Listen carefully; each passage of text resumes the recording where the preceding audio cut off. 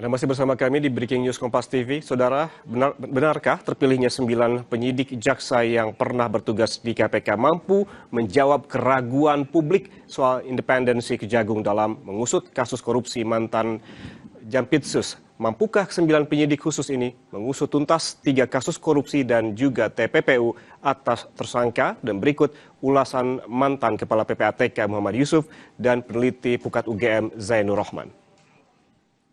Mas Zainur, sudah ada tim 9 bentukan Kejaksaan Agung, disebut ini mayoritasnya adalah bekas jaksa KPK. Ini menjadi hal yang melegakan buat Anda atau ini justru jadi bagian yang meredam kritik yang muncul selama ini dari pengusutan kasusnya?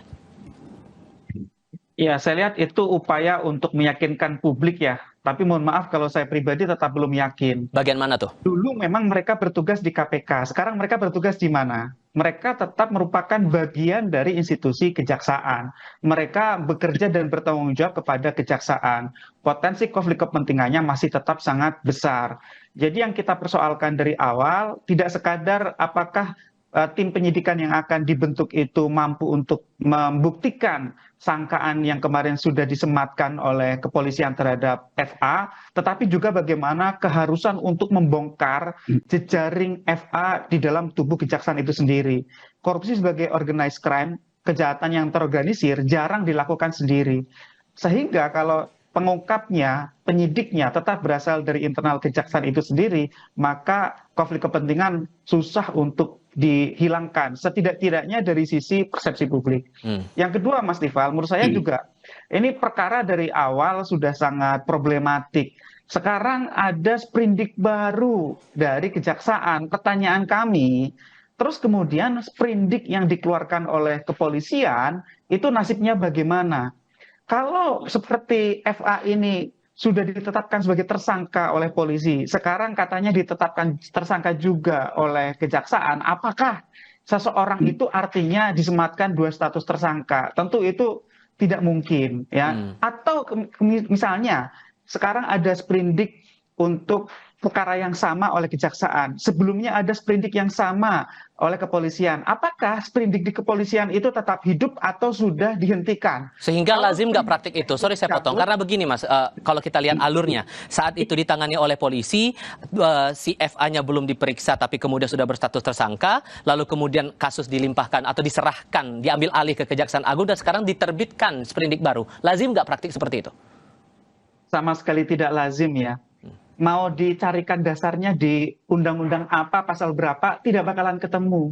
Karena itu memang aneh, menyerahkan perkara di tengah jalan di proses penyidikan. Kalau sudah P21 dituntut oleh kejaksaan, ya itu yang betul sesuai dengan KUHP.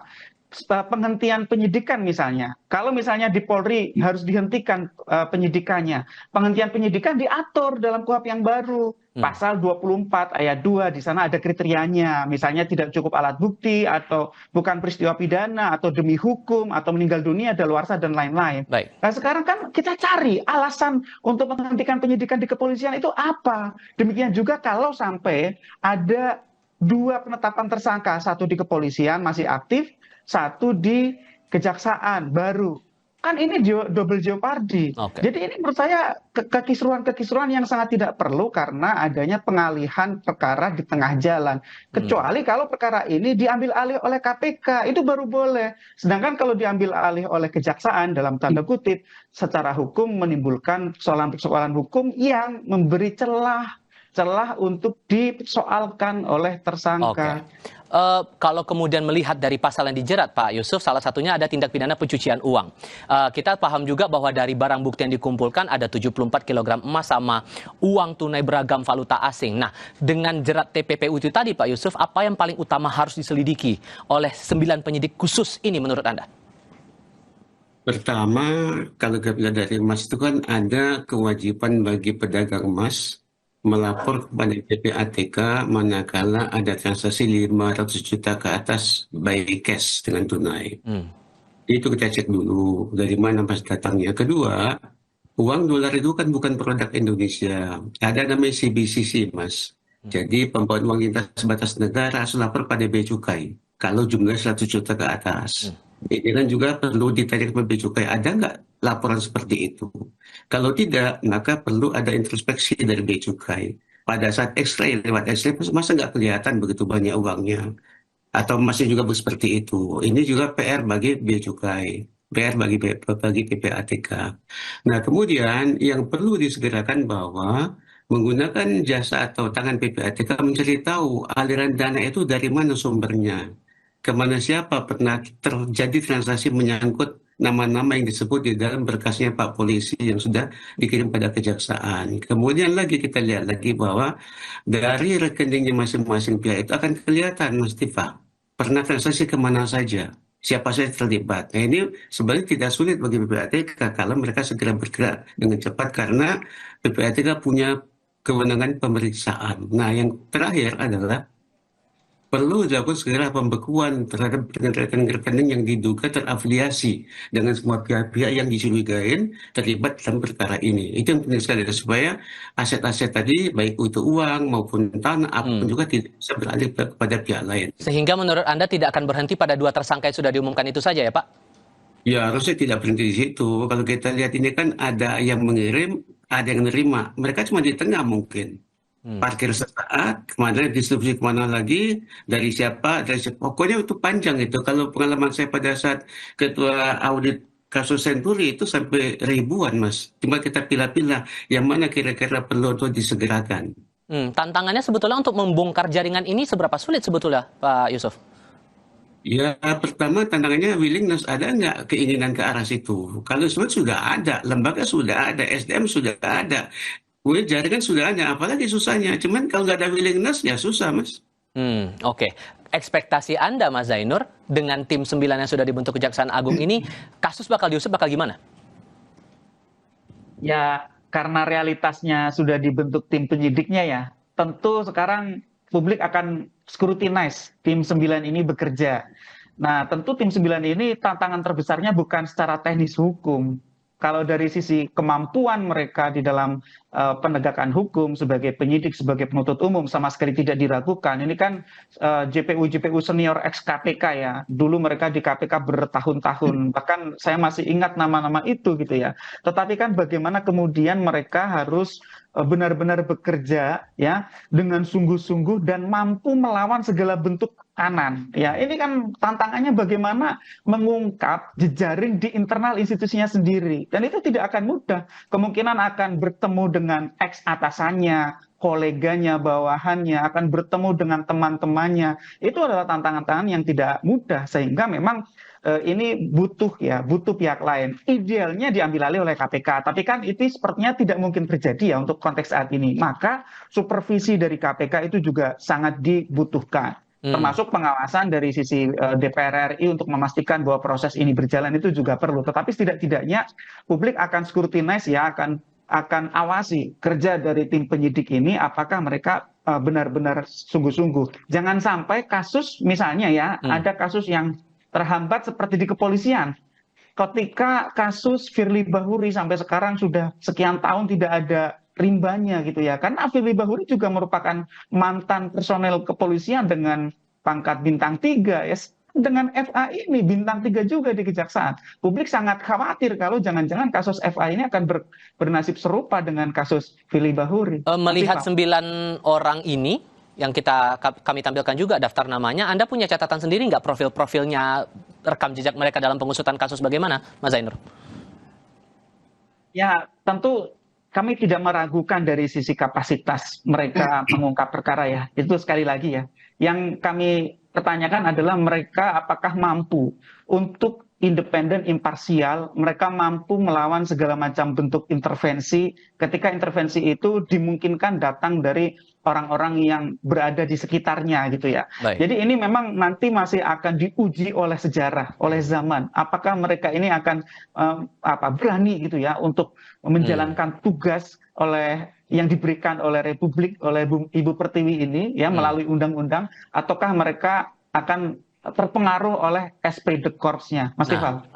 Kalau Anda, Pak Yusuf, ekspektasi Anda bagaimana kemudian tim 9 ini dengan segala profil yang sedikit banyak yang mungkin Anda melihat, rekam jejak mereka akan bisa mengusut kasus seorang yang pernah menjabat Jaksa Agung Muda Tindak Pidana Khusus yang akan mereka usut nanti? Ya, pertama kan saya juga mantan jaksa.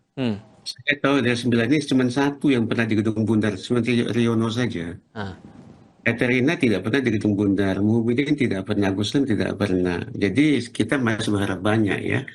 Hanya masalahnya perlu untuk dikuatkan, saya kira komitmen Jaksa Agung. Supaya tidak malu kedua kali, perlu ada komitmen bahwa ini akan berjalan tegak lurus. Demi nusa bangsa kita yang kita cintai. Yang kedua, tidak boleh ada lagi ada backing-backing segala macam itu, karena malu kita, Pak. Negara hukum, tapi ada kaidah hukum dilanggar. Jadi perlu ada komitmen, penegasan dari pimpinan kejaksaan bahwa mereka ini mereka dikasih kebebasan, kemudian gelar perkara yang terbuka untuk umum, bila perlu ikut Komjak, diundang Komisi 3, diundang KPK, diundang juga penyidik Polri. Supaya ada kesamaan pandangan sehingga transparansi sebagai syarat tidak ada curiga itu sangat dikedepankan. Kemudian yang kedua bahwa perlu juga diberikan semacam skala prioritas. Ini kan karena kasusnya mungkin tidak sedikit nih Pak Tifa, yang mungkin ya. akan banyak terlibat. Perlu ada skala prioritas siapa dulu yang diselesaikan supaya tidak bertele-tele, supaya nanti ada persepsi masyarakat, oh kalau gitu betul-betul disikapi dengan serius. Menurut Ini Anda perlu yang prioritas apa dulu? Ya, saya kira pertama si FA sama sang oknum pengacara, karena itulah biang-biangnya itu. Nah, dari mereka akan ketahuan nanti kalau ini dari memainkan perkara siapa saja, siapa yang mengurusnya, siapa lawan pengacaranya, siapa korbannya, itu ketahuan semua nanti itu, Pak. Yang kedua bahwa karena aset ini perlu untuk segera diamankan, dikedepankan juga para pihak yang diduga bahwa dia punya hubungan dengan aset-aset yang disita oleh dari Mabes Polri kemarin. Itu penting sekali. Oke, Anda sepakat juga, Mas Zainur, soal ini masalah mengukur prioritas itu tadi? Ya tentu ya, prioritas pertama tentu yang sudah ditetapkan sebagai tersangka jangan sampai lepas gitu kan. Ini juga masih akan ada banyak tantangan untuk dapat membuktikan sangkaan ya. Untuk bisa P21 pun saya pikir ini masih panjang prosesnya. Bagaimana kemudian apa sangkaan yang sudah disematkan itu nantinya harus dilengkapi. Kalau dari sisi TPPU mungkin relatif lebih lebih kuat. Karena apa? Karena kan ada harta-harta. Kalau TPPU itu kan tidak wajib membuktikan predikat krimnya. Selama sudah diketahui predikat krimnya, maka pembuktiannya nanti pada pembuktian TPPU-nya dan sudah sangat terbantu dengan pasal 77 dan pasal 78 Undang-Undang TPPU. Nah, untuk tipikor itu tentu nanti apakah itu suap, apakah itu pemerasan, apakah itu gratifikasi, itu nanti akan ada tantangan tersendiri dari sisi pembuktian. Kasus apa ya, dan kemudian siapa yang memberikan, berapa jumlahnya, di mana kesepakatan tentang apa, dan seterusnya begitu ya. Itu kan harus dibuktikan semua. Tentu sekarang semua harus bekerja dengan waktu. Misalnya untuk mengamankan alat-alat bukti ya, meskipun alat bukti sebagian sudah dilakukan penyitaan, tetapi kan masih butuh alat-alat bukti tambahan yang lain gitu kan. Misalnya terkait dengan komunikasi digital ya, komunikasi digital itu sangat penting di dalam pembuktian perkara suap ya. Kenapa? Karena semua komunikasi manusia modern itu biasanya menggunakan digital, meskipun misalnya dienkripsi atau menggunakan device tersendiri atau disamarkan, tetapi kan kalau bisa diamankan komunikasi digital tersebut, semua bisa diretrieve, bisa dipulihkan untuk bisa dilacak kembali, diperlihatkan bagaimana komunikasi di antara para pihak itu. Kalau hanya berbasis kepada barang-barang yang telah disita, misalnya bentuk emas atau dalam bentuk uang, tentu di situ kemudian masih akan ada kesulitan, masih akan ada tantangan untuk membuktikan dalam konteks apa emas dan atau uang-uang itu diperoleh, dari siapa emas-emas itu diperoleh. Nah, ini bagaimana secara cepat juga ya penyidik harus bisa segera mengamankan barang-barang bukti yang terkait dengan pidana, juga yang paling penting dari sisi komunikasi digital. Dan saya pikir ini kan tidak berurusan dengan orang biasa, Mas Tifal. Ini berurusan dengan orang yang sangat paham hukum. Semua pihak ini kan pendekar-pendekar hukum sedang berhadapan gitu ya. Nah, ini kemudian akan uji mekanik gitu, Mas Tifal. Tantangan yang dirasa juga sama menurut Anda, Pak Yusuf? Singkat saja, Pak. Kalau saya pikir kalau dari segi hukum mereka jago-jago hukum, paham. Cuman intervensi saya yang perlu diantisipasi. Kemudian lagi kebebasan para jaksa 9 orang ini perlu dikedepankan, dijaga. Kalau mereka bisa bebas, ada komitmen dari pimpinan, saya kira ini tidak terlalu sulit. Tapi kalau intervensi itu bahaya, Mas. Kan misalnya ada penggantian tim atau nanti ada ancaman-ancaman dari karier sebagainya, itu yang perlu dikedepankan. Kalau seandainya bebas dari intervensi, komitmen pimpinan juga tinggi, saya kira insya Allah bisa cepat ini. Oke, Pak Yusuf, Mas Zainur, terima kasih banyak sudah berbagi pandangan bersama kami kali ini.